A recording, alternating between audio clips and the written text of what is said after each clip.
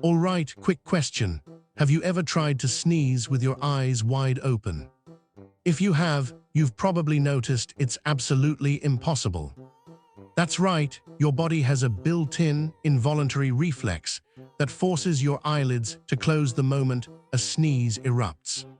This isn't just a random quirk, it's a brilliant protective mechanism.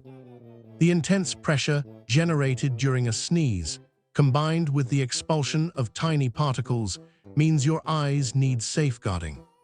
Closing them prevents foreign objects from entering and shields them from the sheer force. It's your body's way of saying, "We got this." So next time you feel that tickle, don't fight it, let your eyes do their job.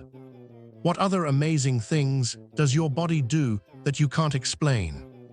Share your thoughts below and hit follow for more mind-blowing daily facts.